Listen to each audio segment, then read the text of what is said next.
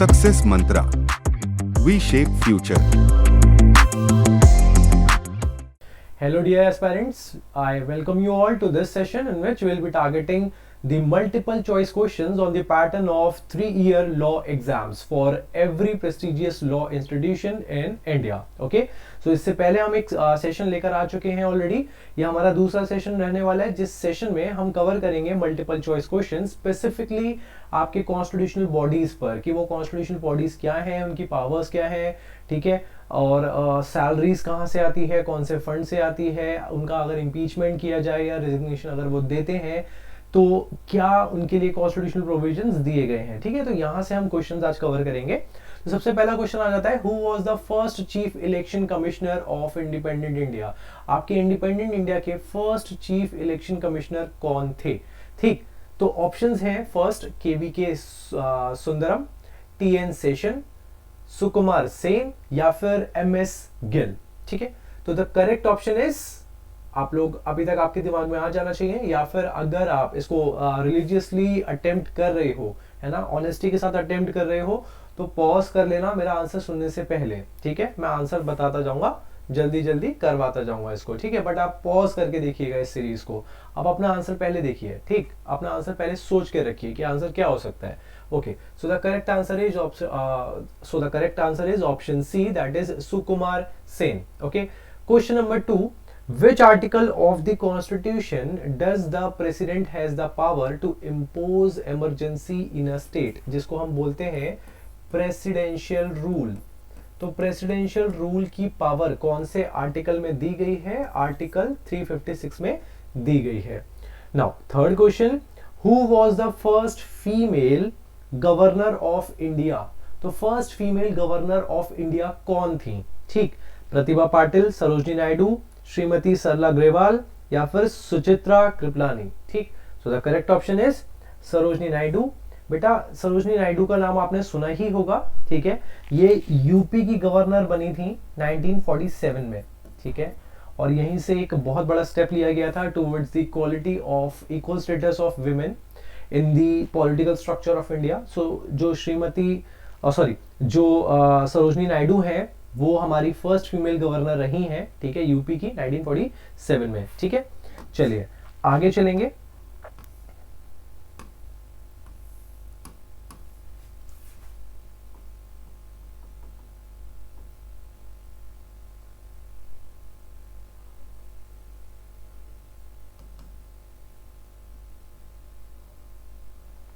Okay, question number 4. Question number 4 पर आ जाते हैं. तो how are the expenses of the election commission met. जो इलेक्शन कमीशन के एक्सपेंसेस होते हैं वो कौन से फंड से मेट किए जाते हैं, वो कौन से फंड से कटते हैं. तो इसका ऑप्शन आपके सामने है, बजट या फिर कंसोलिडेटेड फंड ऑफ इंडिया या फिर बॉर्डर अकाउंट या फिर बाय कैंडिडेट्स. तो इसका करेक्ट ऑप्शन है option B, consolidated fund of India. ठीक, फिफ्थ क्वेश्चन पर आ जाएंगे. What is the tenure of chief election commissioner. जो चीफ इलेक्शन कमिश्नर होता है, ठीक है, उसका जो टेन्योर होता है वो कितना लंबा होता है, ये आपसे पूछा जा रहा है. ठीक है, तो यहां पर आपको बताना है कि ओके, आप सोच लीजिए, मैं रुका हूं यहां पर.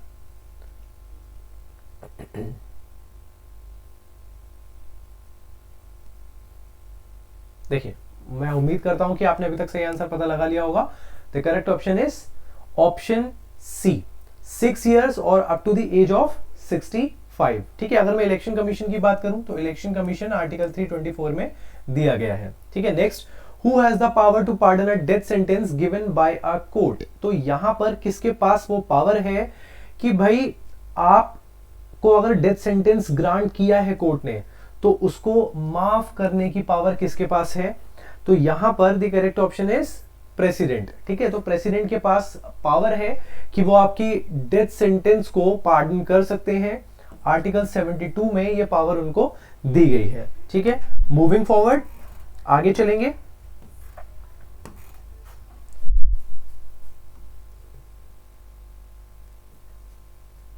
Okay, question number 7. So question number 7 हमसे पूछ रहा है कि minimum age prescribed under the constitution for a person becoming the prime minister of India. So सबसे कम मिनिमम एज क्या है? तो देखो बेटा, लोकसभा का अगर आपको मेंबर बनना है तो उसके लिए मिनिमम एज क्या होती है? उसके लिए मिनिमम एज है 25। तो यहां पर आपका करेक्ट ऑप्शन हो जाएगा 25। ठीक है, तो 7th क्वेश्चन का आंसर हो जाएगा 25। अच्छा, राज्यसभा का मेंबर जब हम बनते हैं तो उसके लिए मिनिमम एज क्या चाहिए होती है? तो राज्यसभा का मिनिमम एज है 30। ठीक, तो यहां पर the correct option will be option A. Okay, question number 8, the president of India is the pattern of the defence forces, head of the Rajya Sabha, supreme commander of all the defence forces, या फिर अ titular head, कि सिर्फ एक title के लिए head आपको बनाया जाता है, या फिर आप इसके अलावा और कुछ नहीं है? तो इसके लिए करेक्ट ऑप्शन क्या होना चाहिए? सोच के रख लीजिए।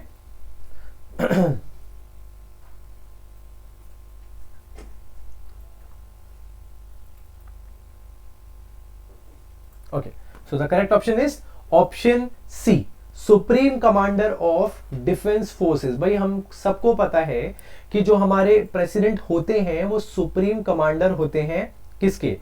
डिफेंस फोर्सेस के। ठीक है, अगर मैं प्रेसिडेंट के लिए आर्टिकल की बात करूं तो आर्टिकल 53 में उनकी एग्जीक्यूटिव पावर्स बताई गई है। और प्रेसिडेंट कौन से आर्टिकल में डिफाइंड है? तो आर्टिकल 52 में डिफाइंड है। ठीक है, ओके, चलिए आगे चलेंगे।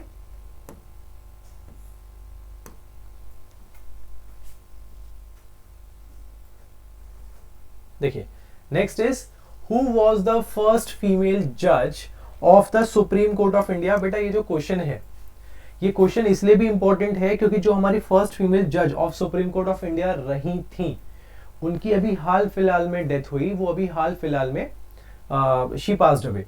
So what is the answer?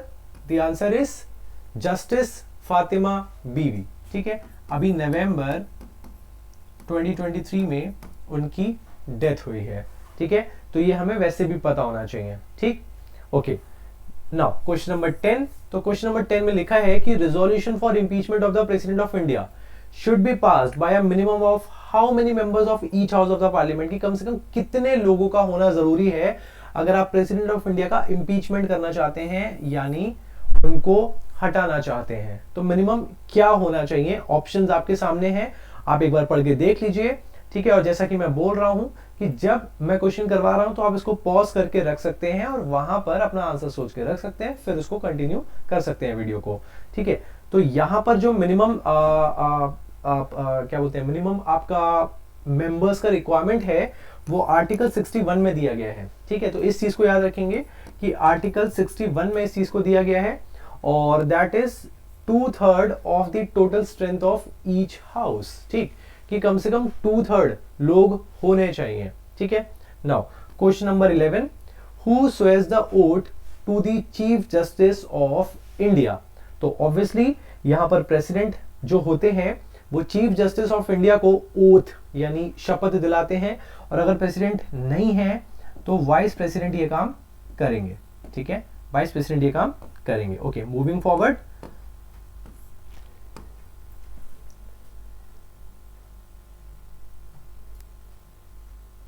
देखिए, क्वेश्चन नंबर 12। क्वेश्चन नंबर 12 हमसे पूछ रहा है who is the current attorney general of India. अभी के इस टाइम पर जो अटॉर्नी जनरल हैं इंडिया के, वो कौन है? तो देखो, जहां पर अटॉर्नी जनरल की बात आती है, अटॉर्नी जनरल आर्टिकल 76 में दिया गया है, and the correct option is R Venkata Ramani. Okay, so ये हैं जो अभी हमारे अटॉर्नी जनरल हैं, और अटॉर्नी जनरल जो होता है वो हाईएस्ट एडवोकेट होता है इंडिया का।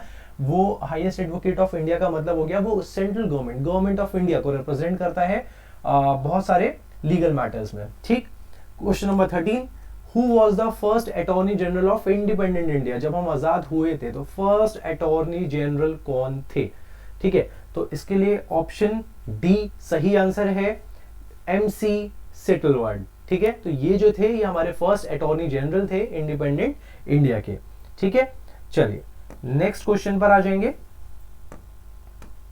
सो the next question is which of these is not appointed by the president of India. इनमें से कौन ऐसा है जिसका अपॉइंटमेंट प्रेसिडेंट ऑफ इंडिया नहीं करते हैं? तो चीफ इलेक्शन कमीशन का करते हैं। Option B, deputy chairman of the planning commission, नहीं, इनका अपॉइंटमेंट ये नहीं करते हैं, इनका अपॉइंटमेंट पार्लियामेंट्री कमेटी से होता है। ठीक है, अच्छा, अटॉर्नी जनरल अपॉइंटमेंट प्रेसिडेंट करेंगे, controller and auditor general appointment president करेंगे, ठीक है। तो option B is the correct option. तो ऑप्शन बी जो है deputy chairman of the planning commission, इसका अपॉइंटमेंट जो होता है वो प्रेसिडेंट के थ्रू नहीं किया जाता है, ठीक है। तो इस चीज को याद रखेंगे। नेक्स्ट क्वेश्चन पर आ जाएंगे।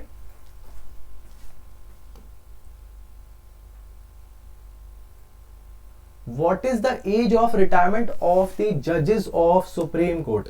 तो ये एक ऐसा क्वेश्चन है जिसका आंसर हम सभी को पता होता है। आई होप आप लोगों को भी पता होगा इसका सही आंसर, ठीक है। तो इसका सही आंसर है भाई कि minimum as, sorry maximum age क्या है सुप्रीम कोर्ट के जज के रिटायरमेंट के लिए, ठीक है। तो दैट इज 65। हाई कोर्ट जज की अगर आप बात करोगे तो दैट इज 62, ठीक है। So the correct option is option C, 65 years, ठीक। Next is the constitution of India permits the supreme court to sit at, जो कॉन्स्टिट्यूशन है इंडिया का वो सुप्रीम कोर्ट को पावर देता है कि सुप्रीम कोर्ट बैठ सकता है अपने कॉन्स्टिट्यूशनल बेंच या फिर अपने बेंच को एस्टैब्लिश कर सकता है कौन सी सिटी में। तो दिल्ली, मुंबई, चेन्नई, कलकत्ता, या फिर दिल्ली और चेन्नई ओनली, या एनीवेयर इन इंडिया। तो आपको क्या लगता है करेक्ट ऑप्शन क्या होना चाहिए इसका? तो देखो एक चीज याद रखो, यहां पर आर्टिकल 130 जो है वो सुप्रीम कोर्ट को ये पावर देता है कि जनरली वो अपनी जो सिटिंग है वो दिल्ली में रखेंगे। अदरवाइज अगर उनको लगता है कि कोई और सिटी में सुप्रीम कोर्ट एस्टैब्लिश होना चाहिए तो फिर वो ऐसा कर सकते हैं। कौन? चीफ जस्टिस ऑफ इंडिया, उनको ये पावर दी गई है। तो article 130 is the correct option, that is anywhere in India. Okay, चलिए आगे आ जाएंगे।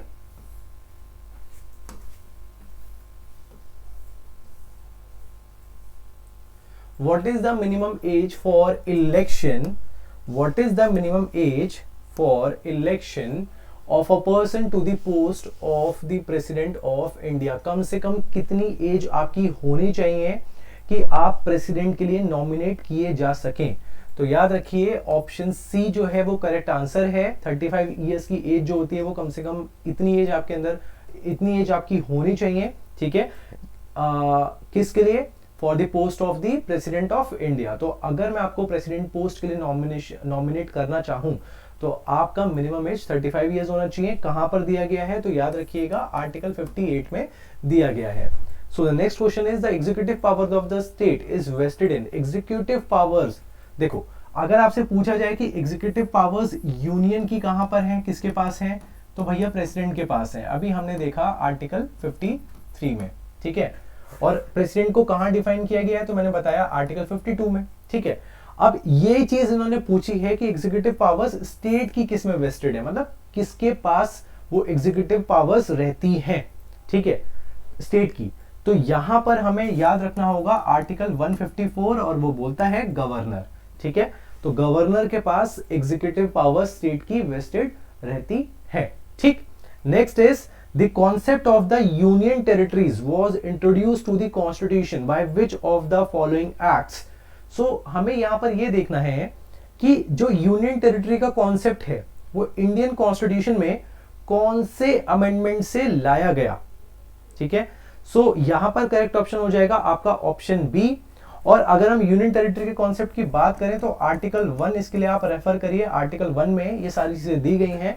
तो यहां पर the constitution 7th amendment act 1956, इस अमेंडमेंट के थ्रू इंडियन कॉन्स्टिट्यूशन में यूनियन टेरिटरीज के कॉन्सेप्ट को इंट्रोड्यूस किया गया था, ठीक है।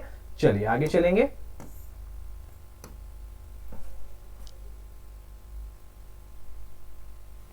ओके, आर्टिकल 243 डी, ठीक है।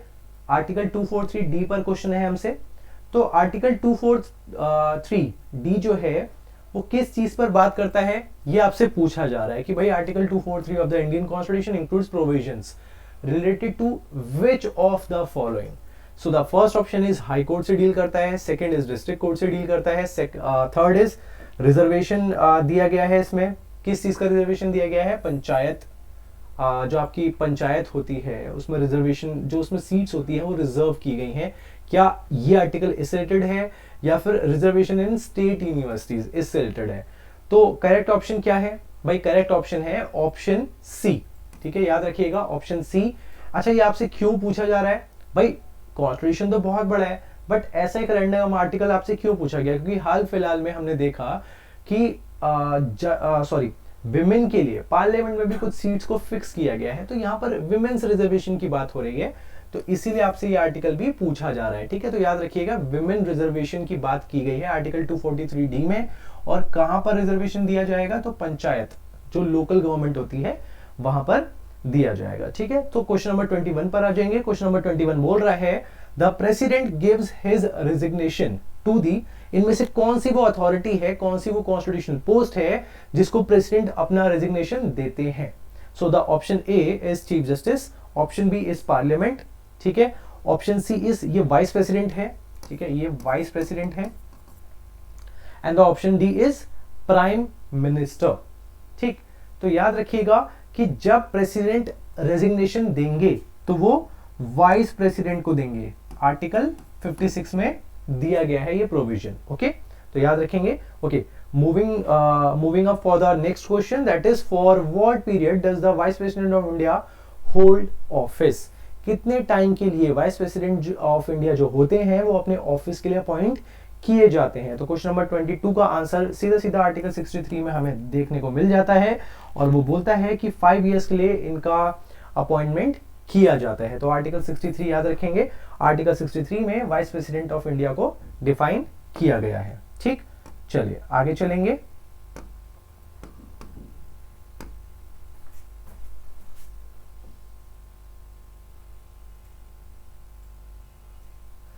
Next is Who among the following holds office during the pleasure of president, कि भाई जब तक प्रेसिडेंट अपॉइंटेड रहेंगे, जब तक प्रेसिडेंट रहेंगे, तब तक इनमें से ऐसी कौन सी अथॉरिटी है जो उनके ड्यूरेशन में, उनके टेन्योर में अपने ऑफिस को होल्ड करती है। सो क्वेश्चन नंबर 23 के ऑप्शंस हैं गवर्नर, या फिर इलेक्शन कमिश्नर, या फिर स्पीकर ऑफ लोकसभा, या फिर प्राइम मिनिस्टर। ठीक है, तो वो कौन होता है? So the correct option is option A, that is governor. Okay, next question, question number 24, which of the following is not true regarding the payment of the emoluments of the president, कि presidents को जो emoluments दिए जाते हैं, salary दी जाती है, perks और benefits दिए जाते हैं, उसके लिए इनमें से कौन सा स्टेटमेंट सही नहीं है? ठीक है, तो पहली बात, they can be reduced during a financial emergency, क्या ये सही है? हाँ भाई ये सही है, बट हमसे पूछा क्या जा रहा है, सही कौन सा नहीं है? ठीक है, अच्छा, they are shown separately in the budget, ठीक है, they are charged on the contingency fund of India, ठीक है, they do not require any parliament sanction। ठीक है, तो अब क्या लगता है आपको, इनमें से कौन सा वो ऑप्शन ऐसा है जो गलत है इसके हिसाब से? तो याद रखिएगा, जो ऑप्शन सी है आपका वो गलत है कि they are charge on the contingency fund. Contingency, बेटा ये देखो, ये नाम से ही पता चल रहा है, कंटिंजेंसी फंड। कंटिंजेंसी का मतलब क्या होता है? कंटिंजेंसी का मतलब होता है कोई भी ऐसा इवेंट जो फ्यूचर में हो सकता है, यानी कंटिंजेंसी फंड में जो फंड्स रहते हैं जनरली वो इमरजेंसी को मेट करने के लिए बनाए जाते हैं, ना कि सैलरीज और एमोल्यूमेंट्स को पे ऑफ करने के लिए। ठीक है, तो कंटिंजेंसी फंड ऑफ इंडिया से उनकी सैलरी को चार्ज नहीं किया जाता है, उनके एमोल्यूमेंट्स को चार्ज नहीं किया जाता है, इस चीज को याद रखेंगे। चलिए आगे चलेंगे।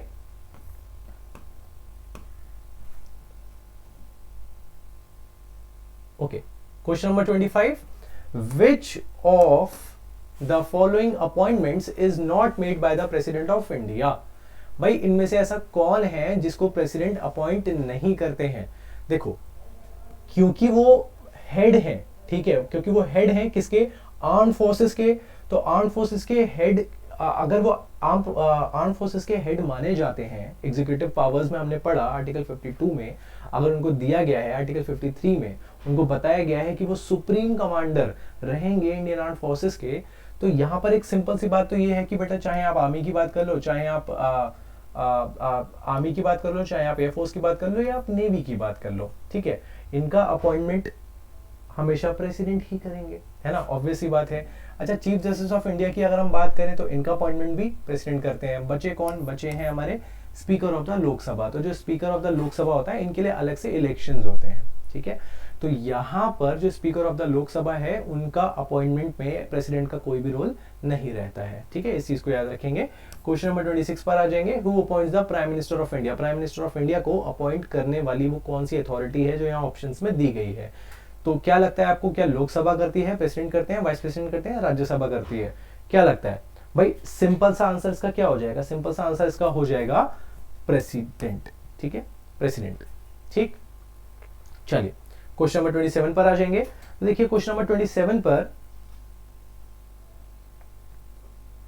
Okay, question number 27, in case a president dies in office, the vice president can act as president for a maximum period of, भाई अगर ऐसा हो जाए कि प्रेसिडेंट की डेथ हो जाती है ड्यूरिंग देयर टेन्योर, ठीक, तो जो वाइस प्रेसिडेंट होंगे वो उनकी जगह लेंगे, बट वो कितने टाइम तक के लिए, मैक्सिमम कितने टाइम तक के लिए प्रेसिडेंट की तरह एक्ट कर सकते हैं? तो इसका सही ऑप्शन है ऑप्शन सी, 6 मंथ्स, 6 महीने के लिए आपके जो वाइस प्रेसिडेंट हैं वो एज प्रेसिडेंट अपॉइंट किए जा सकते हैं। बाद में जो प्रेसिडेंट रहेंगे उनके लिए अलग से इलेक्शंस करवा दिए जाते हैं, जो कि इलेक्शंस होते हैं इंटरनली, उसमें पब्लिक का कोई रोल नहीं होता है।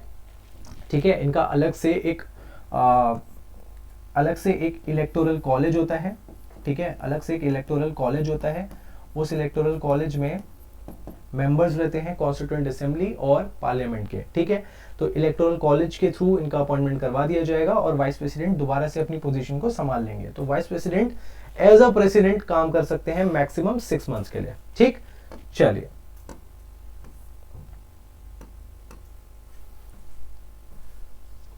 नेक्स्ट क्वेश्चन पर आ जाएंगे।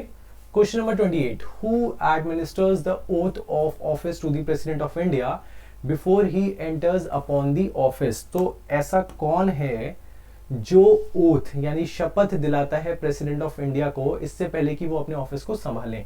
तो याद रखिएगा इसका सही आंसर है option A, that is the chief justice of India. Okay, next question is, when can a president use his discretion in appointing the prime minister? Prime minister के अपॉइंटमेंट के लिए अपनी मर्जी प्रेसिडेंट कब चला सकते हैं? तो इसके लिए एक ऑप्शन है, ऑप्शन ए, जब किसी भी पॉलिटिकल पार्टी को क्लियर मेजॉरिटी ना मिले लोकसभा में इलेक्शंस के बाद, तब ऐसा हो सकता है बेटा कि प्रेसिडेंट अपनी मर्जी से अपने डिस्क्रिशन का इस्तेमाल करके प्राइम मिनिस्टर को अपॉइंट कर सकते हैं। ठीक है, क्वेश्चन नंबर 30 की अगर हम बात करें तो 30 में लिखा है, which of the following is not an essential qualification for appointment as a governor? इनमें से कौन सी ऐसी क्वालिफिकेशंस हैं जो बिल्कुल भी जरूरी नहीं है अगर किसी भी इंसान को एज अ गवर्नमेंट अपॉइंट किया जाना है? तो देखो एक चीज याद रखो, ऑप्शन बी जो है पढ़ के समझ में आ जाएगा कि he should be a domicile of the state to which he is being appointed, कि अगर मैं आपको किसी भी स्टेट का गवर्नर बनाना चाहूं तो आप उसी स्टेट के डोमिसाइल होने चाहिए। नहीं, ये बिल्कुल भी जरूरी नहीं है। ठीक है, चलिए आगे आ जाएंगे। Next is,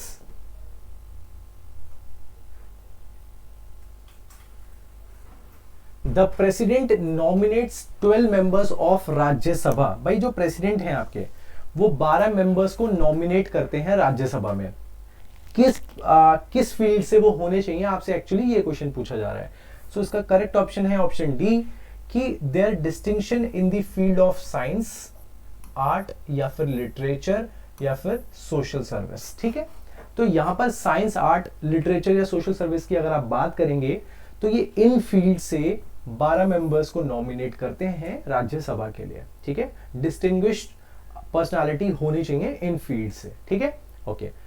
32, which article of the constitution empowers the president to appoint a commission to investigate the condition of backward classes in general and suggest ameliorative measures? तो कौन सा आर्टिकल है जो प्रेसिडेंट को ये पावर दे रहा है कि भाई बैकवर्ड क्लासेस का कंडीशन क्या है इन जनरल आपके कंट्री में, उनके कंडीशन को जानने के लिए कोई एक कमिटी या एक कमीशन का अपॉइंटमेंट किया जाए? तो ये कौन सा आर्टिकल आपको पावर देता है? ठीक है, तो देखो ऑप्शंस हैं 342, 344, 342, 344, 340 या 339। ठीक है, so the correct option is article 340। तो आर्टिकल 340 याद रखिएगा कि ये पावर देता है बैकवर्ड क्लासेस के लिए कमीशन को अपॉइंट करने का। ठीक है, चलिए आगे चलेंगे।